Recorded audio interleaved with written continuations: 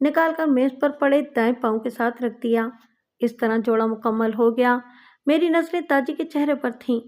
وہ دونوں جوتیوں کو دیکھ کر پہلے تو بری طرح چونکی، پھر ایک دم یوں پیچھے کو ہٹی جیسے اسے پتا ہو کہ جوتیوں میں کوئی سانپ چھپا بیٹھا ہے جو نکل کر اسے ڈس لے گا۔ اس کی حالت اتنی بری ہو گئی تھی کہ مجھے خدشہ ہوا کہ وہ بے ہوشی نہ ہو جائے۔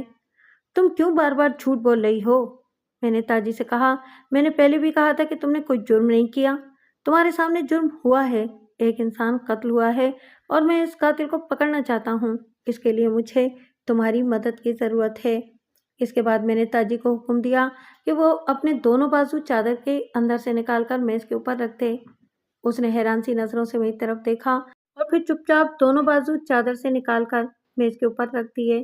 اس کے دونوں بازوؤں میں رنگدار چوڑیاں تھیں اور میں نے پہلی نظر میں ہی بھانپ لیا تھا کہ یہ بالکل ویسی ہی چوڑیاں تھیں جیسے کہ ٹکڑے جائے واردات پر مقتول کی لاش کے پاس پائے گئے تھے۔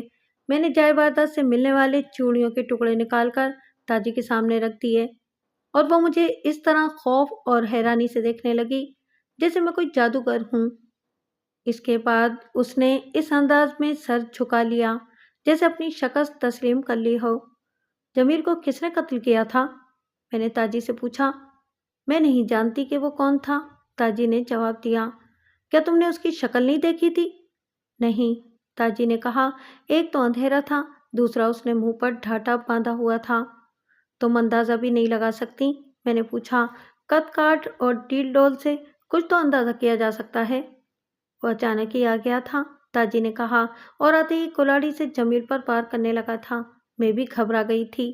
میں نے تاجی سے بہت سوال کیے مگر اس کا یہی جواب تھا کہ وہ قاتل کو نہیں پہچان سکی کہ وہ کون ہو سکتا ہے۔ میں نے اس کے چہرے کے تاثرات اور لہجے کی صداقت سے اندازہ لگا لیا کہ وہ جھوٹ نہیں بول رہی۔ میں نے اس سے پوچھا کہ اس کا کوئی چاہنے والا ایسا ہو سکتا ہے جو رقابت کی آگ میں جل کر قتل کرنے کی ہمت رکھتا ہو؟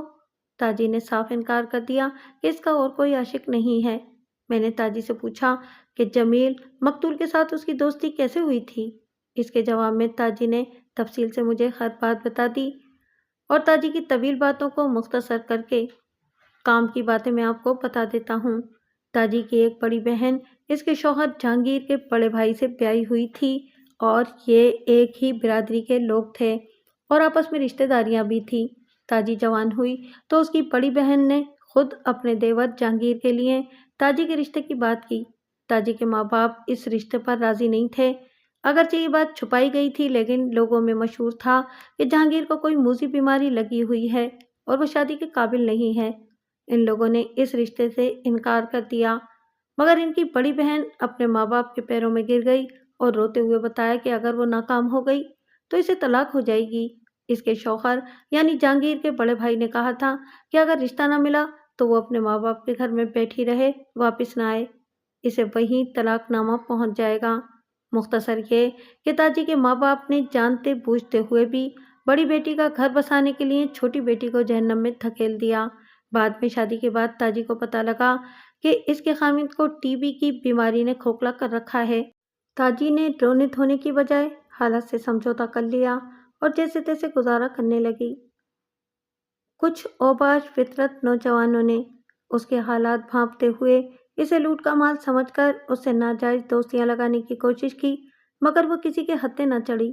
اس کی ایک سہیلی نے اسے مشورہ دیا کہ وہ گاؤں کے قریب موجود مزار پر 7 جمعراتیں چراغ جلائے اور اپنے خاوند کی صحت یابی کے لیے دعا کرے تو اس کی دعا ضرور پوری ہوگی۔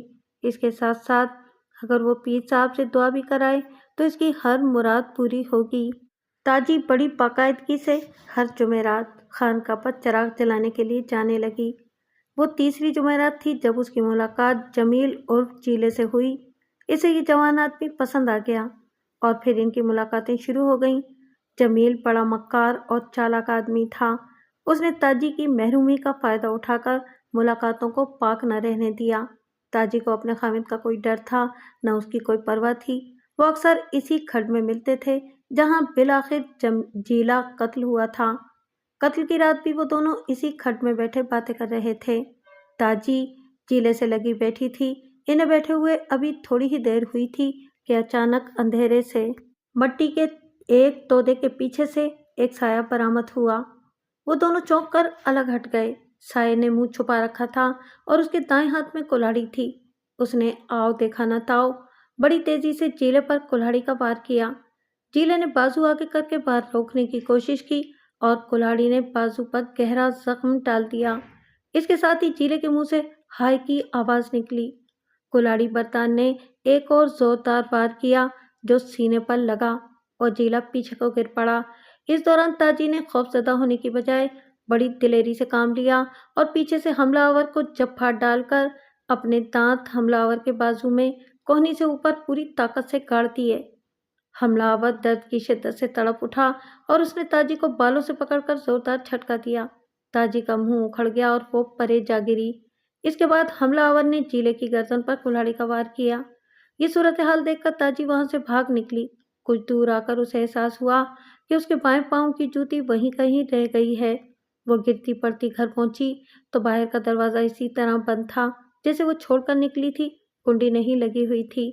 وہ دبے پاؤں اندر چلی گئی اور جا کر اپنے کمرے میں لیٹ گئی۔ ساری رات اسے نیند نہ آ سکی۔ پھر اگلے دن پورے گاؤں میں یہ خبر پھیل گئی کہ رات کھڈوں کے علاقے میں ایک آدمی قتل ہو گیا ہے۔ ساری بات سن کر تاجی نے میرے آگے ہاتھ جوڑ دیے اور پھر اس کے آنسو بہنے لگے۔ یہ ندامت کے آنسو تھے۔ مجھے معاف کر دیں، تاجی نے روتے ہوئے کہا۔ میری عزت آپ کے ہاتھ میں ہے۔ میں قسم کھاتی ہوں کہ آج کے بعد بدی کے راستے پر نہیں چلوں گی اور میرا خاوند جیسا بھی ہے اس کی وفادار رہوں گی۔ مجھے اس بات سے کوئی غرض نہیں تھی کہ وہ اپنے خاوند کو دھوکہ دیتی ہے یا اس کی وفادار رہتی ہے۔ میرا اصل مقصد یہ تھا کہ قاتل کو گرفتار کر کے عدالت میں پیش کروں۔ جس قسم کے حالات پیش آ رہے تھے، معاملہ پھر الجھ گیا تھا۔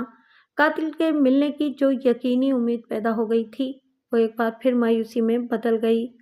میں نے تاجی کے ساتھ بڑا مغز کھپایا، اتنے زیادہ سوالات کیے کہ وہ تنگ آ گئی اور بے بسی سے میری طرف دیکھنے لگی۔ سوچتے سوچتے میرے ذہن میں یہ بات آئی کہ کہیں ایسا تو نہیں کہ یہ قتل تاجی کے بیمار خاوند جہانگیر نے کیا ہو۔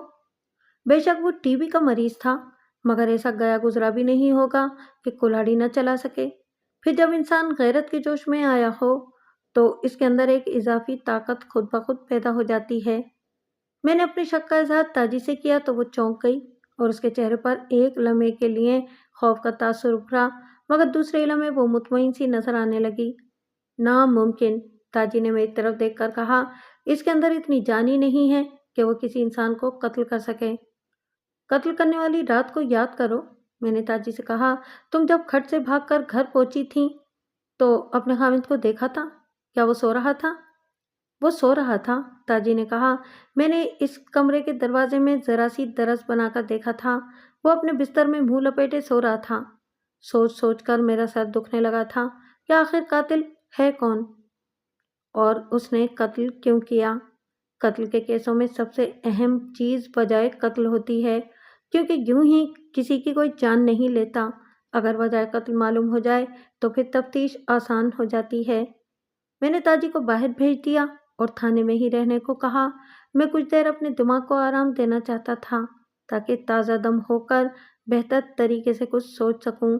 میں نے کانسٹیبل کو کہا کہ اس عورت کو تھانے سے باہر نہ جانے دے۔ میں نے منع کر دیا تھا کہ کوئی 15-20 منٹ تک میرے پاس نہ آئے اور میں آنکھیں بند کر کے کرسی کی پشت سے ٹک گیا۔ تقریباً آدھے گھنٹے کے آرام کے بعد میں تازہ دم ہو گیا۔ میں نے کانسٹیبل کو بلا کر پوچھا کہ اس دوران کوئی مجھ سے ملنے تو نہیں آیا۔ اس نے بتایا کہ اپنا ایک مخبر خاصی دیر سے آیا ہوا ہے، اس کے پاس کوئی اہم اطلاع ہے۔ میں نے تاجی کو بلانے سے پہلے ضروری سمجھا کہ اس مخبر سے مل لوں۔ یہی سوچ کر میں نے مخبر کو بلایا۔ یہ تھانے کا خاص آدمی تھا اور باقاعدہ مخبر تھا جو لوگوں کی چھوٹی بڑی باتوں سے تھانے دار کو آگاہ رکھتا تھا۔ اس مخبر نے جو اطلاع دی، اسے سن کر میں چونک گیا۔ اگر اس کی لائی ہوئی اطلاع درست تھی تو پھر میرا کام آسان ہو گیا تھا۔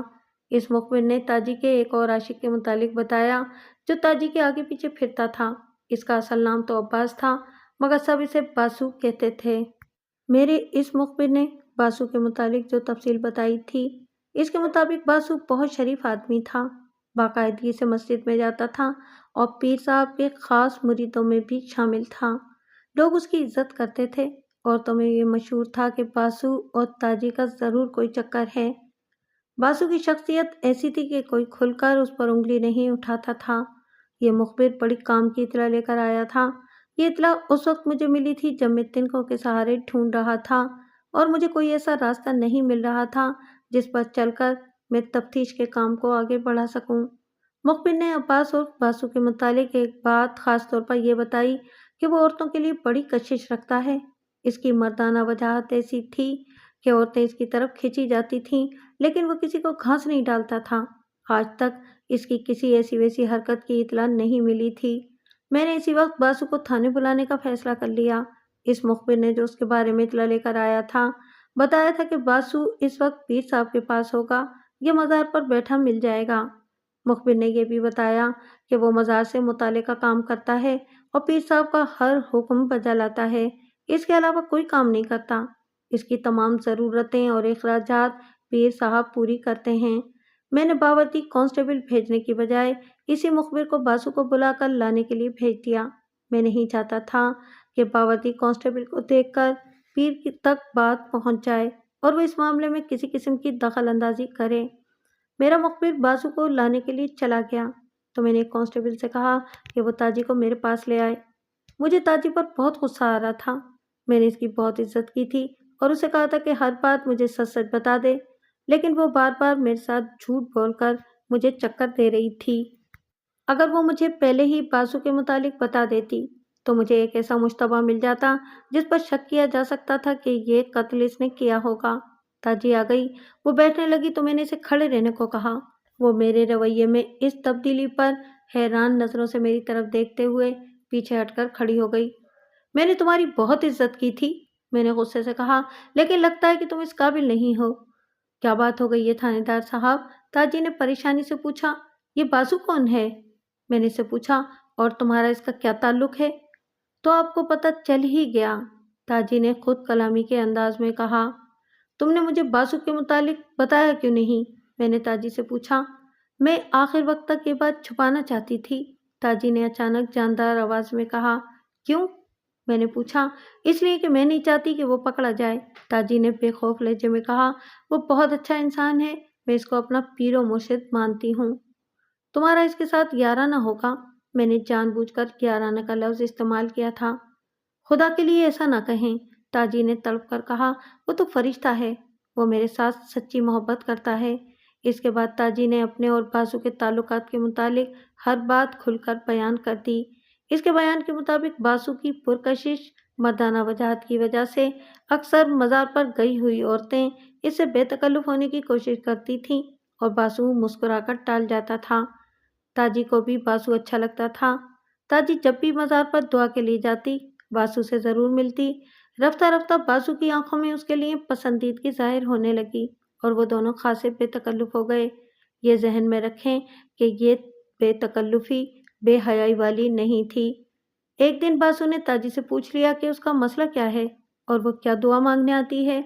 اس کے جواب میں تاجی نے باسو کو اپنے بیمار خامد کے متعلق بتایا اور ہر بات تفصیل سے بتا دی۔ باسو نے تاجی سے کہا کہ اس طرح رو رو کر زندگی گزارنے سے بہتر ہے کہ وہ طلاق لے لے، وہ اس سے شادی کر لے گا۔